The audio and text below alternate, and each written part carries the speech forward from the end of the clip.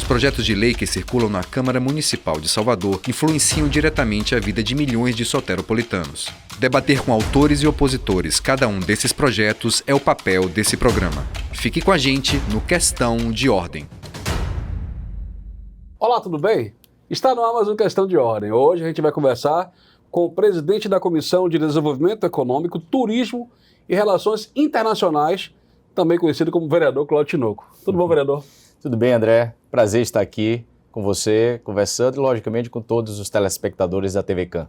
O nome do programa faz homenagem ou alusão a um dos termos que os senhores usam muito na sessão, que é questão de ordem, né? A gente sempre pede a alguns vereadores que vêm aqui para explicar um pouco para quem está em casa, até porque a intenção da TV Câmara e da Rádio Câmara é aproximar cada vez mais a população do Legislativo, né?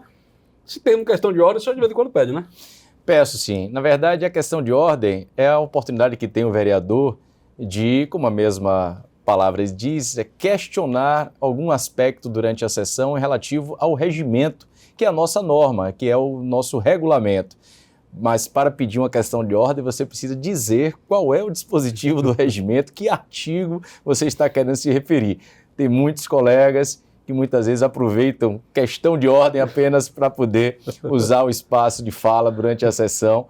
É muito importante a gente ter essa questão de ordem aqui também na TV CAN para conversar com todos os cidadãos e cidadãs de Salvador. Pois é, a partir de agora, você que assiste a TV Câmara e acompanha o programa, a gente vai conversar sobre, claro, né, Comissão de Turismo, Desenvolvimento Econômico e, até para relações internacionais, claro que sim. Mas antes, né, a gente vai conversar um pouquinho sobre a vida do vereador Cláudio Tinoco. Quem sabe até antes de ser vereador. O senhor tem um sobrenome interessante, que é muito conhecido da Bahia. A gente vai falar também sobre isso, né? Mas como é que o senhor descobre que tem inclinações ao parlamento, que tem um dom e quer ser um político, quer ser um legislador da cidade? Olha, André, eu, na verdade, associo a minha formação em administração pública. Eu fui formado na Universidade Federal da Bahia, no curso específico de administração pública, que eu tive uma grata informação recente por parte do atual reitor Paulo Miguel, que vai voltar a ser também um curso específico. Passou a ser administração pública desde 92, apenas uma área de especialização. Mas a minha graduação, meu bacharelado em administração pública, eu me especializei tanto em políticas públicas quanto em gestão de cidades. Ou seja, essa minha preparação, essa minha formação, ela me deu a oportunidade de atuar no setor público em áreas diversas, como Previdência, Educação, cheguei a secretário de Infraestrutura do Estado da Bahia na gestão de Paulo Souto, ocupei funções como a presidência da Saltur, que é a empresa Salvador Turismo, aqui em Salvador, e também fui gerente de Previdência do IPS, Instituto de Previdência de Servidores, na gestão de Embaçaí. Essa experiência na administração pública foi despertando, evidentemente, aquilo que eu considero aí sim para a política, que é a vocação. A vocação para a vida pública, para lidar realmente com os problemas da cidade ou do Estado, para poder interagir com a sociedade e buscar a solução, dando atenção, evidentemente, a todos. Foi assim que eu despertei para a política, tomando uma decisão em 2007 ainda de me candidatar nas eleições de 2008 para vereador em Salvador, a cidade onde eu nasci, apesar de ter influência não só aqui na Bahia, que minha família é de Birataia, na região do Cacau, mas meu pai era pernambucano, então eu trouxe essas duas referências, mas você já antecipou, eu trago no nome o nome da família Tinoco, o nome de Heraldo Tinoco, meu saudoso tio, 5 vezes deputado federal pela Bahia, secretário de Educação por 2 vezes, secretário de Infraestrutura por 2 vezes, vice-governador, ministro da Educação, que, acima de tudo, serviu de referência para mim, sobretudo os princípios e valores e o compromisso com o trabalho, tratando a política não só como uma atividade de representação, mas sobretudo realmente de dedicação às pessoas. Então é assim que a gente tem trazido o nosso mandato, já 3º mandato, né? Então há 10 anos e 5 meses quase eu estou aqui na Câmara Municipal, pretendendo evidentemente seguir até o limite do prazo que fui outorgado pelos eleitores de Salvador e quem sabe aí colocar o nome novamente à disposição da sociedade no próximo ano. O senhor falou do Tinoco, né? E a gente tem uma relação com ele, né? Que é a relação em relação à igreja. Ele foi um grande, né, trabalhador nas questões sociais, um dos fundadores da Igreja Batista da Graça, que fica no bairro da Garibaldi. Uma das características da Igreja da Graça é que o santuário, né, onde o culto é feito, é infinitamente menor do que a área social que a igreja disponibiliza para atender toda aquela comunidade ali do Ferreira Santo, Federação, Garibaldi, Garcia, Fazenda Garcia, enfim. Então, assim, quem está ligado com seu tio de saudosa memória, né, sabe que política também é cuidado social, né? Verdade, você traz uma referência, e quem não conhece o SECOM, né, que é o Centro Exatamente. Comunitário Clériston Andrade, ligado à Igreja Batista da Graça, que presta um serviço social na área de saúde, de educação, de formação, de atenção realmente social importante em toda aquela comunidade ali da Federação, da Garibaldi, do Garcia, mas pouquíssimas pessoas, André, conhecem uma outra referência, que é a referência de Josias de Almeida Melo, meu saudoso avô, pai de Heraldo, pai de minha mãe, que aí sim, esse nunca exerceu o mandato, apesar de ter sido segundo suplente em Jaguaquara, talvez aí na década de 40, na década de 50, mas uma figura com uma compreensão, eu diria, da importância que se tem de lhe dar atenção ao próximo. Isso são princípios também cristãos, né, batistas. Essa família que pôde, através de Egídio de Almeida, lá em Jaguaquara, também implantar o colégio Taylor Egídio, que traz uma origem na evangelização, mas acima de tudo na educação, sobretudo uma educação continuada, uma educação importante oferecida, sobretudo para uma região que tem eu diria, um potencial agrícola muito importante para toda a Bahia, e tem lá décadas funcionando, graças à Convenção Batista Baiana, graças exatamente a essas referências todas que você acaba também de trazer para esse momento aqui de boas lembranças. Você mencionou o Colégio Taylor Egídio lá em Jaguaquara, é a escola referência, né? E Jaguaquara sem dúvida alguma, um polo do interior fortíssimo do trabalho batista, né? E assim, a gente falou assim, fundador da Igreja Batista da Graça, que todos eles eram membros de Sião, inclusive Clériston Andrade, né? Onde meus pais se conheceram. Exatamente. Eu falei que meu pai era pernambucano e minha mãe de Ibirataia, do interior, se conheceram na Igreja Batista Sião, e lá... Saudoso pastor Valdívio Coelho. Pastor Valdívio, e aqui eu aproveito para mandar um abraço para toda a minha família, para Heraldo Melo, hoje pastor titular da Igreja Batista de Vilas, neto de pastor Valdívio, né? Então, são boas lembranças realmente, que a gente acaba, eu diria, buscando se associar sobretudo nesse reforço dos princípios e valores. Eu sou muito transparente na minha vida, eu, por exemplo, não sou batizado na Igreja Batista, né? Tenho muitos amigos, pastores, inclusive. Algumas pessoas até estranho, né? Porque você tem uma relação tão íntima e não Perfeitamente. Mas exatamente pelo respeito, né? Porque quando meus pais saíram de Salvador, foram para São Paulo, depois para Recife, houve um afastamento do núcleo da minha família da igreja. E quando eles voltaram para a Bahia, foi quando eu já nasci em 69, né? Meus pais estavam afastados da igreja. Isso fez com que eu, como criança ainda, participasse de algumas escolas dominicais, participasse, evidentemente, de algum convívio. Foi embaixador? Não. Mas, de qualquer forma, eu não congreguei, a gente não tinha uma igreja. Depois, minha mãe voltou, quando eles estavam morando já fora de Salvador, em Lauro de Freitas, em Vilas do Atlântico, depois foram para Camaçari, ali para Cascalheira. Minha mãe era membro da Igreja Batista de Vilas, inclusive uma figura de importância fundamental na ação social da igreja. Então, isso tudo tem influência, né? Aprendi muito, eu diria, de forma apropriada, dentro de casa, a comunhão com Deus, a comunhão com Deus. Eu tenho uma fé inabalável, né? Mas, de qualquer forma, eu gosto de sempre deixar isso transparente, até mesmo porque a gente que vive nessa cidade, eu que fui secretário de cultura dessa cidade, por exemplo, sei muito bem a responsabilidade que tem como administrador público e como político, de você ter a tolerância, poder compreender todas as expressões, né, religiosas numa cidade que tem fortíssima influência de matriz africana, né, religiões que foram trazidas e hoje vivem no cotidiano dessa cidade, seja o candomblé, seja a Umbanda. Então, tudo isso a gente tem que ter compreensão. Né? Hoje fico muito feliz com algumas líderes religiosos, como o Padre Edson, da Igreja do Bonfim, como muitos pastores, né? Sobretudo na Igreja Batista, que sabem realmente compreender essa diversidade e muitas vezes acolher. Como é possível, inclusive, seja uma pessoa mais jovem, seja mais adulta, até, eu diria, migrar com a compreensão que ela tem daquilo que lhe referencia para a sua fé. Eu não tenho dúvida nenhuma que, sobretudo, quando a gente fala em Deus, fala em Jesus, eu acho que pode haver muito bem esse respeito, até mesmo porque todos os líderes religiosos que eu conheço, de todas as religiões, aqueles que são fundamentais mesmo, e fundamentalistas no bom sentido do que são os dogmas religiosos, compreendem que só existe um Deus e esse que deve ser reverenciado por qualquer religião. Inclusive, o senhor falou sobre respeito às religiões. O senhor fez parte da legislatura que aprovou o Estatuto da Igualdade Racial aqui na Câmara. Perfeitamente.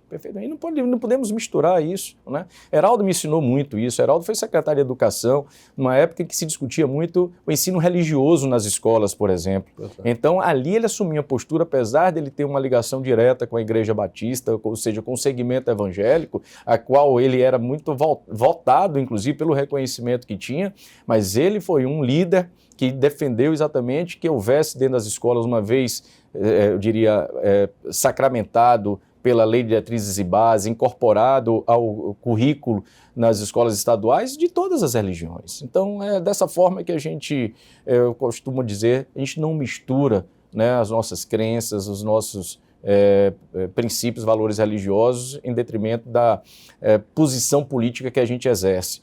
Então, com muito equilíbrio, com muito respeito, mas, logicamente, por isso que eu não componho bancadas religiosas, deixando muito claro a minha posição de total compreensão da diversidade, da necessária tolerância e da boa convivência com todos. Pois é, a sua carreira política, ela primeiro começa no Executivo, que o senhor foi exerceu algumas secretarias, alguns cargos, né, no Executivo, tanto municipal quanto estadual, e então o senhor vem, né, sente vontade, amadurece, se candidata e é eleito vereador de Salvador. Caminho diferente de boa parte dos políticos, que começam num cargo, né, eletivo para depois, então, entrarem. É bem diferente, né? É diferente. Tem algumas personalidades políticas que vieram do Executivo, né, e foram ganhando espaço pela própria atividade ou até mesmo eu diria, pelo olhar dos líderes políticos. Antônio Carlos Magalhães foi um que revelou muitos políticos que saíram da vida executiva. Valdec Ornelas, aliás, Luiz Carreira. Até me perdoe interromper o senhor. Referência de competência. Não estava do lado de Antônio Carlos Magalhães que não tinha como, né? Eu acho que alguns grandes, eu diria, formadores de opinião então, e figuras como Mário Kertz. Mário Kertz é uma figura que é um comunicador, mas é um administrador público também, né, com experiência, inclusive executiva e política. Ele admite exatamente isso, que tinha muitos comunistas, ele costuma dizer que Antônio Carlos puxou para próximo dele, né, que na verdade eram jovens que, eu diria, atuavam e militavam muito mais à esquerda, que vieram compor o governo de Antônio Carlos, que era um governo de direita, vamos dizer assim. Então, essa é uma realidade. Então, no meu caso, a administração pública e os cargos executivos me aproximaram das atividades. Eu agradeço muitas oportunidades que eu tive, diversos convites, né, tanto de secretário de Estado como secretário municipal, que apenas facilita na minha vida política e de representação compreender um pouquinho mais a educação, compreender um pouquinho mais a infraestrutura, a cultura, o turismo, a previdência. Então eu não chego em nenhum lugar com, eu diria, total desconhecimento do que são os problemas ou qual é o encaminhamento que a gente pode dar para solucionar. Os caminhos. Os caminhos que a gente precisa construir, é isso aí. Pois é, o seu último cargo no Executivo, e você já estava aqui, já era vereador e se licenciou para exercê-lo, foi a Saltur, se eu não me engano. Foi a Secretaria de Cultura e Turismo. Cultura e Turismo, né? E tem coisas que a gente tem hoje, as pessoas às vezes ou têm a memória curta, ou desconhece alguns fatos. Hoje nós temos o Centro de Convenções de Salvador, né, que é referência na América Latina, um dos maiores, inclusive, que eu vou usar a palavra salvou, né, no sentido de salvação mesmo. Salvador perdia todos os grandes eventos para Recife. Eu até conversando aqui nos bastidores com o vereador Claudio Tinoco, ele falou, e também para o Ceará. E o Centro de Convenções Municipal de Salvador, ele traz de volta esse oxigênio necessário para a cidade, né? Eventos de medicina, odontologia, grandes convenções, grandes feiras de representações. Eu cheguei a mediar um evento no Centro de Convenções aqui de Salvador, de carros e veículos elétricos, um drone do tamanho de helicóptero pousando naquela região, enfim. É seu legado. O senhor ajudou, ou melhor, o senhor participou início, meio e fim, no caso do Centro de Convenções. É verdade, André. Apesar do mérito ser todo do prefeito ACM Neto, que teve a coragem de tomar a decisão de fazer um investimento de 130 milhões de reais na construção, de colocar aquele equipamento à disposição do mercado privado, Nós saímos fazendo apresentações em audiências públicas em São Paulo, no Rio, em Brasília. Fizemos rodadas de apresentação aqui em Salvador. Conversamos com agentes internacionais e, felizmente, além da construção, conseguimos colocar a sua gestão por um dos grandes grupos gestores de centros de convenções no mundo, que é a GL Events, uma empresa de capital francês, que aqui na América do Sul só tinha um centro de convenções no Chile, e que desde 2006 circulava pela Bahia, buscando realmente compreender. Até mesmo porque você me dá a oportunidade de conversar com os telespectadores que estão acompanhando essa nossa entrevista, para a gente voltar um pouco no tempo. A Bahia sempre foi de vanguarda e protagonista no turismo nacional e até mesmo internacional. Quando se construiu o Centro de Convenções da Bahia, salvo engano, em 79, governo de Roberto Santos, né, pelo menos iniciado ali pelo governo de Roberto Santos. Eu estou agora na dúvida se foi 79 ou 77. Depois a gente repassa isso. Mas, de qualquer forma, foi na gestão e no governo de Roberto Santos. O Centro de Convenções da Bahia colocou a Bahia, aquele antigo mesmo, que hoje é uma ruína ali no Estiepe, no Costa Azul, no Jardim Armação, colocou a Bahia num patamar de exposição nacional e internacional inimaginável. Naquele Centro de Convenções da Bahia, além das feiras, dos congressos médicos, as formaturas, médicos do mundo inteiro, ortopedistas, cardiologistas, urologistas, vinham aqui 10, 12, 15 mil profissionais de saúde se reunir na Bahia. Assim como os chefes de Estado. Quantos chefes de Estado estiveram presentes naquele Centro de Convenções da Bahia? Ou seja, ter um equipamento durante quase 40 anos à disposição desse turismo de negócios, turismo de eventos, foi fundamental para a economia do turismo, sobretudo para Salvador. Se foi importante para a Bahia, para Salvador foi fundamental, porque a gente não pode viver só de carnaval, a gente não pode viver só dessas, eu diria, tradições e da importante economia criativa. A gente precisa profissionalizar. Então, quando o Centro de Convenções parou por falta de condições físicas, a gente deu o primeiro abraçaço junto com o trade, ali eu acho que em 2015, para exigir a reforma. E depois veio o acidente durante uma reforma, né, em 2016, fazendo com que praticamente parte daquela parte central do Centro de Convenções desabasse. A gente fez um novo abraçaço para exigir do governo realmente uma atenção e uma solução, né? E aí se perdeu muito tempo, vai construir um novo, é no parque de exposições, é no comércio, é não sei aonde e tal. E a gente não via passar o tempo e não via uma solução. E aí a gente teve uma grande crise que poucos perceberam. Fecha o Pestana, fecha o Othon, os grandes hotéis que praticamente eram capazes de absorver essa grande demanda nos eventos, eles foram fechando porque perdeu o mercado. Isso é muito ruim para a economia da cidade, não só do ponto de vista empresarial, não, do trabalhador, do garçom, da atendente, da camareira, ou seja, do recepcionista, do carro de receptivo, né, do taxista. Então, é uma cadeia que envolve 52 setores. Então, estou lembrando de tudo isso para a gente valorizar ainda mais essa decisão da construção do Centro de Convenções de Salvador, que eu tive a honra de conduzir a licitação, né, a coordenação da obra. Entregamos ali no início de 2020, em janeiro de 2020, 24 e 26 de janeiro, foram 2 dias de inauguração. E a gente realmente teve logo em seguida um balde de água gelada, que foi a pandemia iniciada. Mas veja como foi importante aquela decisão lá atrás. Hoje o Centro de Convenções de Salvador não tem praticamente data mais para o ano de 2023 de disponibilidade. E você, só para concluir, já antecipou. Enquanto não existia o Centro de Convenções de Salvador, Recife e Fortaleza levavam todos esses eventos. Como diz o nordestino, lavar a jega. Lavar a jega. Fortaleza com um Centro de Convenções novo, que foi construído no pacote para a Copa do Mundo de 2014. Recife já com suas tradições, com o hub de companhia aérea, mas estamos felizes aí do Centro de Convenções estar ativo.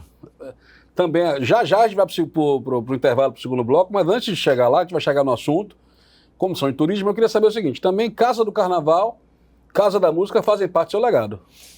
Fazem, a Casa do Carnaval inteira, né? Desde a concepção, a obra, de implantação, a curadoria, a contratação da curadoria e a inauguração. Foi um desafio muito grande, tempo curtíssimo. Em 8 meses, nós conseguimos contratar, identificar e contratar a curadoria de Gringo Cardia, que nós homenageamos recentemente aqui na Câmara, concedendo o título de cidadão soteropolitano, esse gênio, né, um gaúcho radicado no Rio de Janeiro, que tem contribuído muito para a nossa história, e isso ainda vai ser reconhecido. Nós vivemos 300 anos de carnaval em Salvador, e na quarta-feira de cinzas, todo mundo dizia, acabou, acabou. Hoje a gente tem carnaval o ano inteiro, todos os dias, basta qualquer soteropolitano, baiano ou turista chegar em Salvador, chegar aqui na Praça da Sé e conhecer essa história tão rica do Carnaval de Salvador em todos os aspectos, não só do ponto de vista musical, artístico, cultural, mas econômico, de participação popular, né? A Casa do Carnaval é um centro de referência, nós temos uma biblioteca no subsolo que tem um acervo fantástico, e aqui eu aproveito o nosso programa para dizer que recentemente estive com o atual secretário de Cultura e Turismo, Pedro Tourinho. Ele está finalizando uma parceria com a Universidade Federal da Bahia e a Casa do Carnaval vai se constituir no grande centro de referência de memória do Carnaval para a Bahia e para o Brasil. Então, vou fazer até um convite, que você que está em casa assistindo televisão agora, assistindo Questão de Ordem, que não conhece ainda o Museu Casa do Carnaval, é interessante que a gente que está aqui no centro da cidade, a gente sempre vê que as pessoas de fora, às vezes, conhecem mais Salvador do que o próprio cidadão soteropolitano, aquele que mora aqui na cidade. Então, aproveita essa propaganda do vereador e venha conhecer o Museu Casa do Carnaval, né, vereador? É verdade. E aí também como o Museu da Música Brasileira, né, da Esse é o mais Bahia, novinho, né? O mais novo. E a importância que tem esses equipamentos, que inclusive foi de absorver acervos que estavam espalhados como propriedade ou como posse de muita gente boa da Bahia, né? E a gente consegue reunir esse acervo todo, seja um acervo digital, que são vídeos antigos, né? Seja também um acervo documental tão importante para essa memória da nossa cultura, da nossa música. Eu participei de um congresso há poucos dias agora, Direito e Sustentabilidade. O senhor esteve lá, eu acho, né? Eu não pude ir. Participar. Mas uma das temáticas foi essa, que as pessoas, alguns ministros lá presentes, desembargadores, enfim, e vão a qualquer lugar do mundo, e é comum você ver lugares como esse, vereador, ocupados perfeitamente, né? Claro, sustenta a questão da fachada, né? Da história, mas dão soluções para que as pessoas possam povoar, e aqui diz que é sucesso. Salvador ainda precisa chegar lá, né, vereador? Essa visão é vanguardista, né? E falar em sustentabilidade, né? O casarão dos azulejos, tombado pelo patrimônio nacional, ia cair. Inclusive, estava de propriedade da iniciativa privada. Veja que é também uma decisão, mais uma vez, fazendo justiça ao ex-prefeito Assemineto. Ele optou por desapropriar 7 imóveis que hoje, não só o Museu da Música Brasileira da Bahia, mas o novo Arquivo Público e a Casa das Histórias, e já está em obra pelo prefeito Bruno Reis a implantação da Casa de Espetáculo e o Centro de Referência. Então, pagou 1.800.000 de indenização. Nós tivemos que contratar a sustentação primeira para que não caísse, depois o restauro, ou seja, é um imóvel hoje que está servindo a cidade. Então, um bem que era praticamente inservível, hoje reúne aí, eu diria, um dos acervos mais ricos em todos os sentidos da música, eu repito, da Bahia, a música brasileira.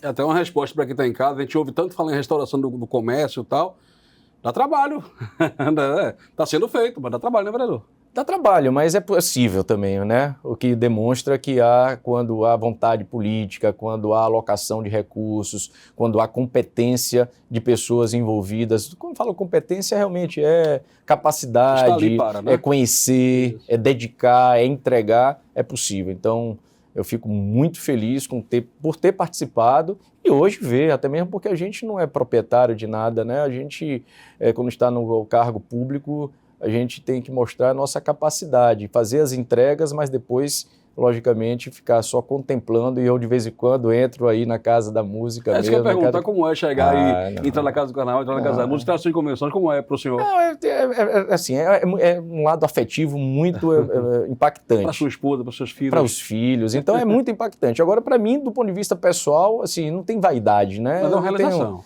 É uma realização, mas não tem vaidade. Eu passo ali, A cabine, por exemplo, de Dorival Caymmi, a de Raul Seixas, você pode passar ali 1 hora assistindo. Para quem não conhece, a gente acha que conhece. Olha que eu gosto de música, eu gosto. A gente acha que conhece, precisa parar ali realmente 30, 40, 50, 1 hora para ficar ali, né, mergulhando nessa referência toda para poder compreender melhor ainda a riqueza da nossa música, da nossa arte, dos nossos artistas. Vou dar uma dica para você antes do intervalo. Toda quarta-feira, os museus, os grandes museus da cidade, eles estão aí, funcionando de maneira gratuita. Todos eles, até do mais caro ao mais baratinho, ele funciona gratuitamente. Toda quarta-feira. Então você não tem mais desculpa para não ir para o museu, tá bom? E lembrar o seguinte, aqueles que são pagos, eles são bem baratos. Um ou outro que é um pouquinho mais caro, mas é talvez o passeio mais econômico e mais rico de Salvador, visitar os museus de nossa cidade, né, vereador? Verdade. A gente vai assistir um Fala Povo. Olha, você que está nas ruas, cuidado, viu, que a qualquer momento você pode ser abordado por um dos Fala Povos aqui da nossa TV Câmara de Salvador. Claro, para saber, na rua as pessoas podem falar o que quiserem. Às vezes, vereador, eles perguntam assim, eu posso falar? Pode, não tem problema. Eles às vezes ficam com medo do vereador, mas o vereador tem que ouvir para poder resolver, não é isso, vereador? A casa do povo, se não souber ouvir o povo... Até porque uma das coisas que a gente deixa claro, e o vereador fala sempre, o pessoal fala, você é advogado da TV Câmara, da Câmara de Salvador. Eu trabalho aqui todos os dias, já fazem alguns anos. É natural que eu saiba defender, porque eu conheço a casa. Às vezes acham que a caneta do senhor é super poderosa, que é o super-homem. Não tem todo esse poder, né? Mas o certo é que a gente foi para as ruas e perguntou às pessoas o que é que eles pensam, o que é que eles acham da Comissão de Turismo. Vamos nessa? Vamos assistir, vereador? A gente vai sair e vai perguntar se as pessoas de Salvador sabem o que faz a Comissão de Turismo da Câmara. Vamos nessa? Vem comigo. O que é que ela faz? Eu acho que ajuda os turistas. Eu acredito que seja pelo nome, né? Deve ser a gestão do turismo de Salvador, né? Vem para agregar, melhorar o turismo, trazer mais pessoas para nossa cidade. Ver como é que está o desenvolvimento, que pode trazer para melhorar. Fazer projetos e trazer também recursos e dinheiro para o bem-estar, tanto dos nativos, mas também para quem chega para se habitar. Ela precisa ser a articuladora para poder aumentar o turismo de Salvador, que é deveria ser nossa principal fonte de renda. Você tem Salvador com uma Roma negra, você precisava incrementar o turismo. E hoje nós temos um déficit gigantesco aqui, tanto de voos, quanto de receptivos, quanto são poucos ainda os navios. Quem conhece o turismo do exterior de Salvador, hoje não tem praticamente turismo. Hoje Salvador vive totalmente do turismo nacional. Falam de turismo, não é aqui não, gente. Salvador não tem turismo não. O que tem turismo é Praia Forte, Morro de São Paulo. A abordagem, inclusive, ela é diferente da que tem que ser para o turista. De que na Bahia, a atração de turistas argentinos é a maior que tem, só que o gasto dele em Salvador, principalmente, é muito pouco. Pois é, vereador. A gente sabe que, às vezes, quando você está falando de um tema, vamos falar aqui de futebol, todo mundo quer ser um pouquinho técnico de futebol e assim vai. Mas você ouviu o que a gente colheu nas ruas? Gostou daquelas ruas? Tem alguma pergunta que eu quero comentar? Claro, em geral.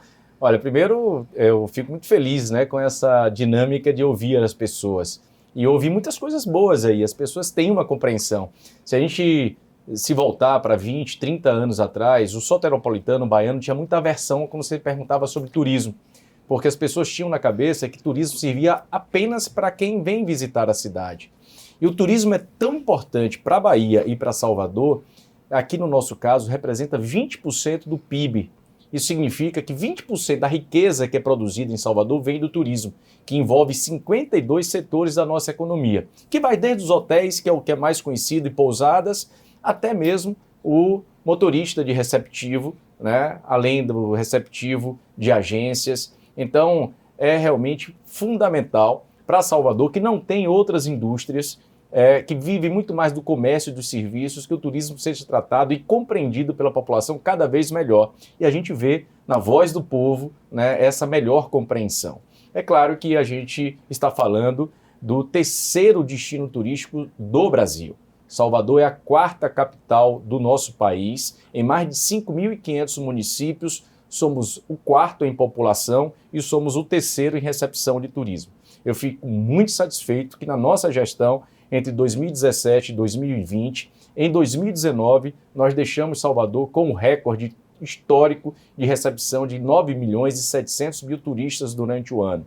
Pessoas que elegeram Salvador na América do Sul como o único destino turístico, e em 52 destinos turísticos do mundo, Salvador foi a única aqui no Brasil e na América do Sul. Isso foi amplamente divulgado por veículos como o The New York Times e tantos outros veículos internacionais. Tudo isso, André, fruto da nossa rica história, dos nossos aspectos culturais, das belezas naturais, mas acima de tudo, desse grande patrimônio e esse grande, eu diria, ativo de Salvador, que é o centro histórico, que é o nosso Pelourinho, que fala por si só, né? Então, essa diáspora africana, essa mistura de povos, né?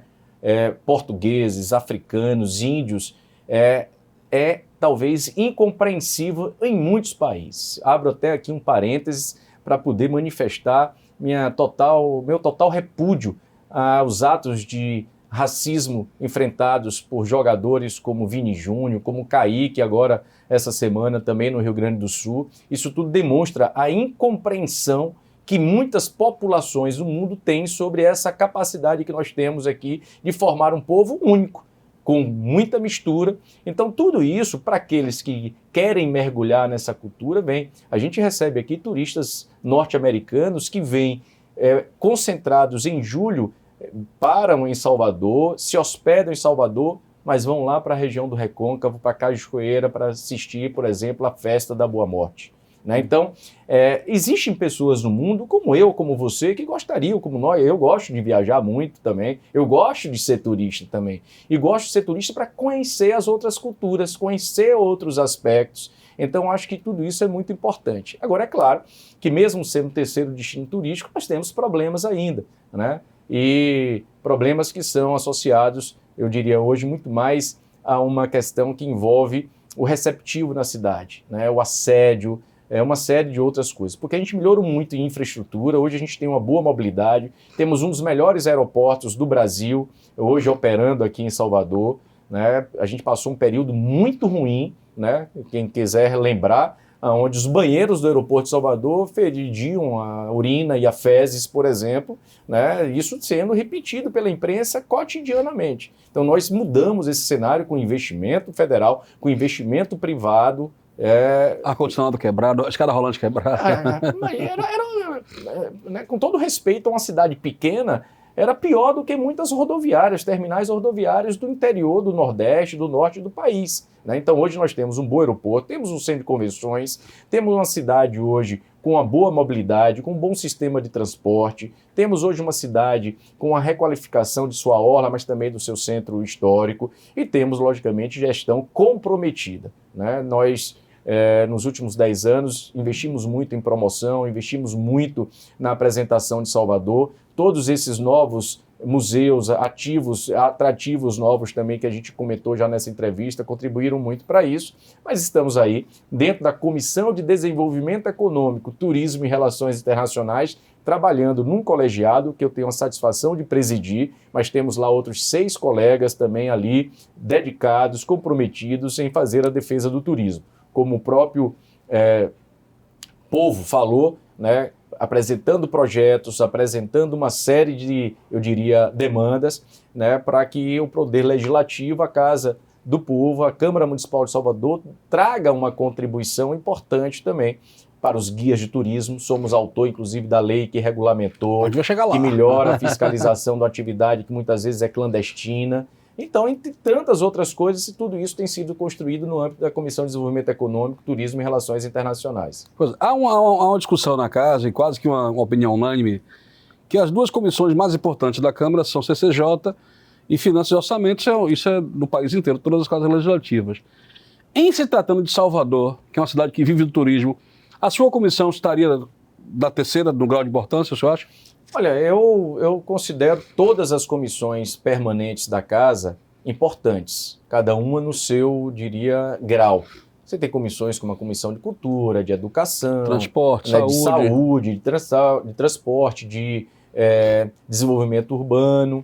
Então, eu não classificaria as comissões. O que eu considero importante é tratar do desenvolvimento econômico do turismo em Salvador é de vital importância, né? Nós temos uma cidade ainda com um índice de desemprego elevado, apesar de estarmos comemorando que em janeiro Salvador ficou em primeiro lugar como geração de emprego. Isso demonstra que o turismo ajuda isso? Sem dúvida nenhuma, sobretudo na alta estação, né?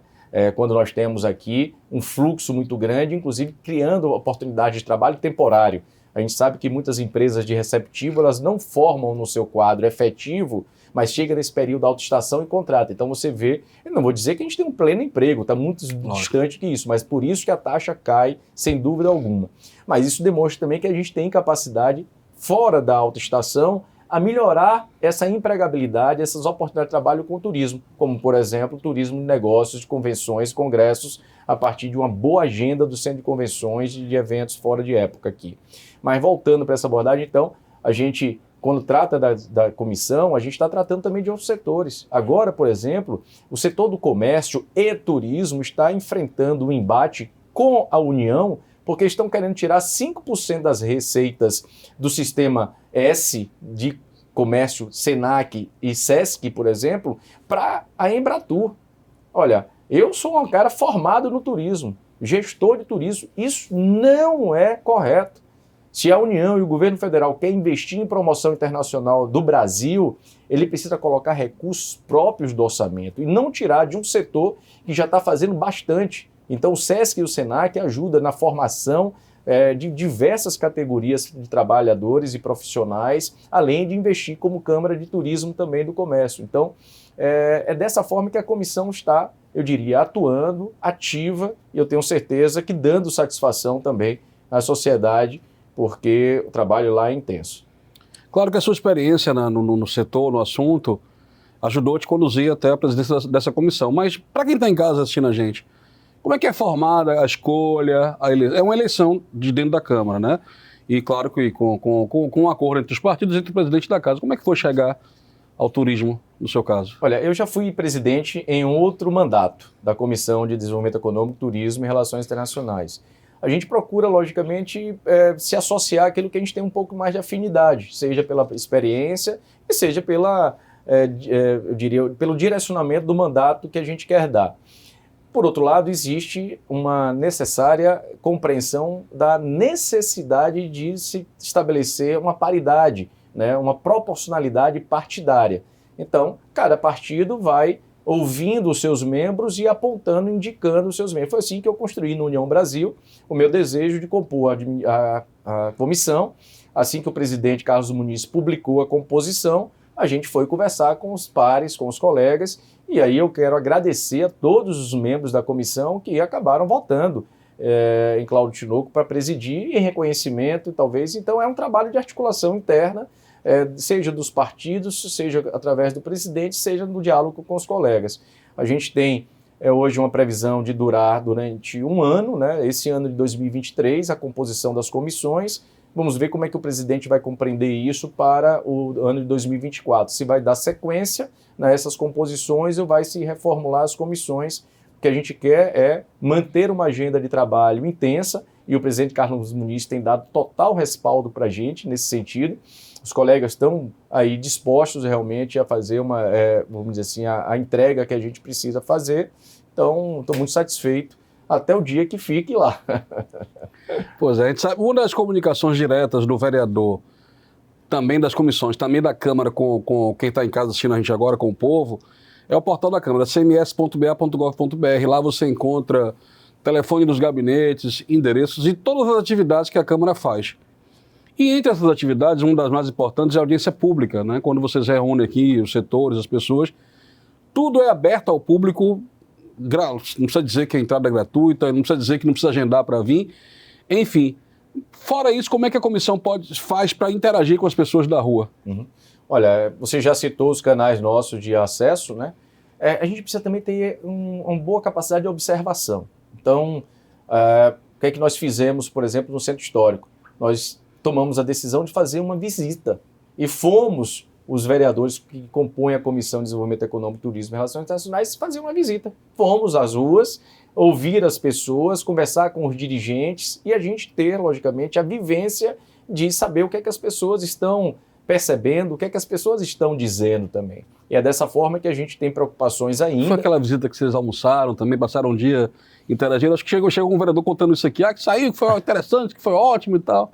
Bom, né? Nessa eu acho que não teve almoço, não. Mas eu não sei se mas teve... Convívio, teve, né? Sim, claro. E é importante isso, até mesmo porque tem um dos aspectos do turismo que é fundamental, que é a gastronomia. Exatamente. Ainda mais aqui no centro histórico. Se a gente tiver a oportunidade de experimentar, é sempre bom. O pessoal fala que gordo só fala em comida, porque faz parte do turismo. Não, no turismo também. É muito bom. E tem gente que vem para comer um acarajé, uma boa moqueca, né? Um ensopado e tal, tomar um caldinho de sururu. Mas a gente faz essas visitas em loco, a gente está aberto aqui, inclusive, a qualquer segmento que queira convidar a comissão, a gente coloca na nossa agenda também. Recentemente recebemos também um documento, como ela é a Comissão de Desenvolvimento Econômico, então setores econômicos como Câmara de Dirigentes Lojistas, algumas associações empresariais e comerciais encaminham um documento, o pessoal da Avenida 7, associações de bairro, comerciais de bairro, é tudo possível. Então eu cito esse exemplo porque esse quando a gente fala turismo, a gente só pensa só no centro histórico, mas não, a cidade inteira, né? Tem um turismo de base comunitária que é fundamental. A gente trabalhou isso, né? Quem quiser conhecer, por exemplo, o que acontece com o potencial, a gente falou em gastronomia, um dos polos gastronômicos tão importante é o de plataforma. O subúrbio. Do subúrbio, É verdade. né? Primeiro porque está perto ali da fonte de que vem os seus produtos, né? Que é a Baía de Todos os Santos, né? E a capacidade que tem. Então, mas cito outros exemplos, como por exemplo no aspecto musical e cultural,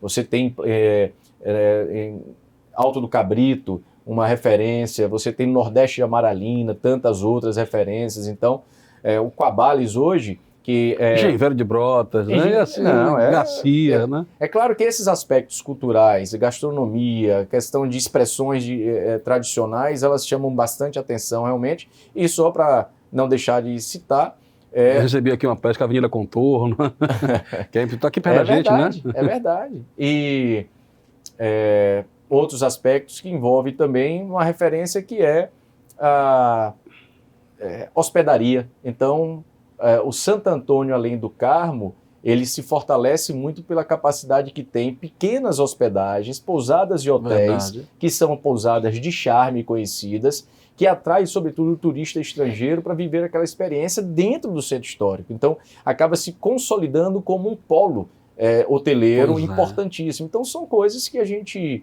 eu diria, reconhece e tem que ser alimentado, inclusive. Deixamos de falar de Itapuã, viu? Itapuã. O senhor já passou uma tarde em Itapuã? Já.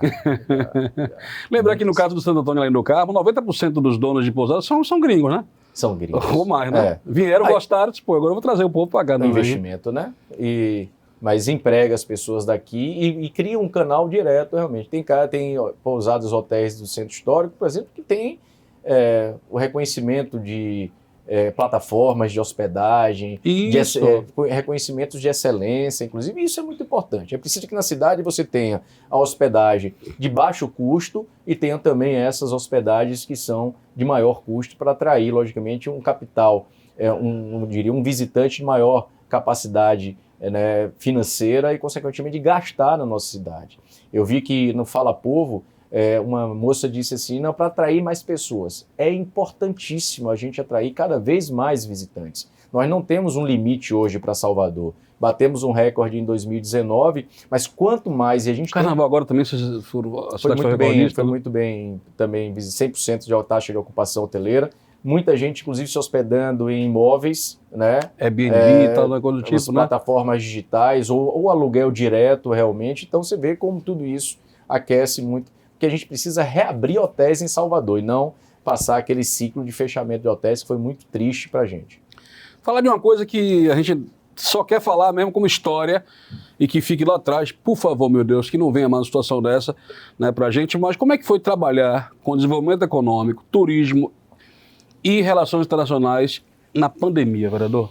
Olha, é terrível, né? Porque eu acho que todos nós abalados, mas por outro lado também a importância que teve o Poder Legislativo e todos nós na mediação daquilo que precisava ser feito entre o fecha tudo e o se mantém atividades e empregos. Então veja que muitas das soluções dadas, a garantia da manutenção dos empregos e eu diria, socorro ao setor produtivo, veio de leis, né? Algumas delas federais, né? E muitas locais. Eu, inclusive, fui autor, por exemplo, da emenda que estabeleceu um auxílio para os guias de turismo. Sim, lembro. Eu repito essa categoria porque foi Eles não se adequavam, então tinha que fazer uma coisa, né? Diretamente afetada. Tinha os programas do governo federal. Se as federal, pessoas deixaram de circular, você não tinha mais a quem estar apresentando a cidade. a quem abordar. Então, às vezes, naquele momento, até uma cesta básica era fundamental, porque quem cessou totalmente a sua receita, a sua renda, e a gente imaginava que quando estourou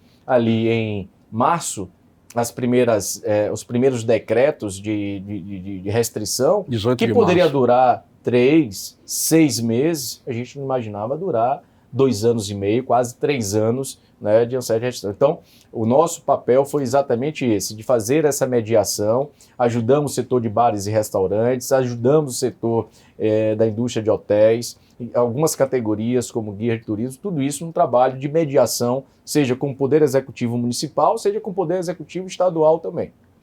Já estamos respirando fora da bolha da pandemia ou estamos levantando ainda? Não, total, né? Eu acho que até a Organização Nacional, a Organização Mundial de Saúde já decretou a extinção da condição de emergência e, enfim, eu acho que a pandemia hoje superada de forma total.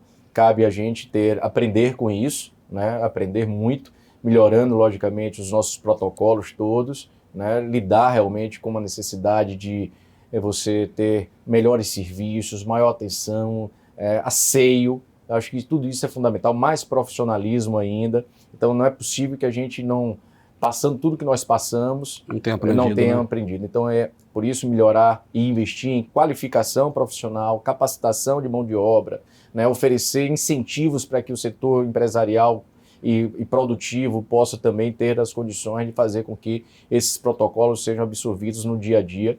Mas bola para frente, vamos trabalhar muito para que a gente possa, quem sabe, sair desse terceiro lugar e passar para o segundo.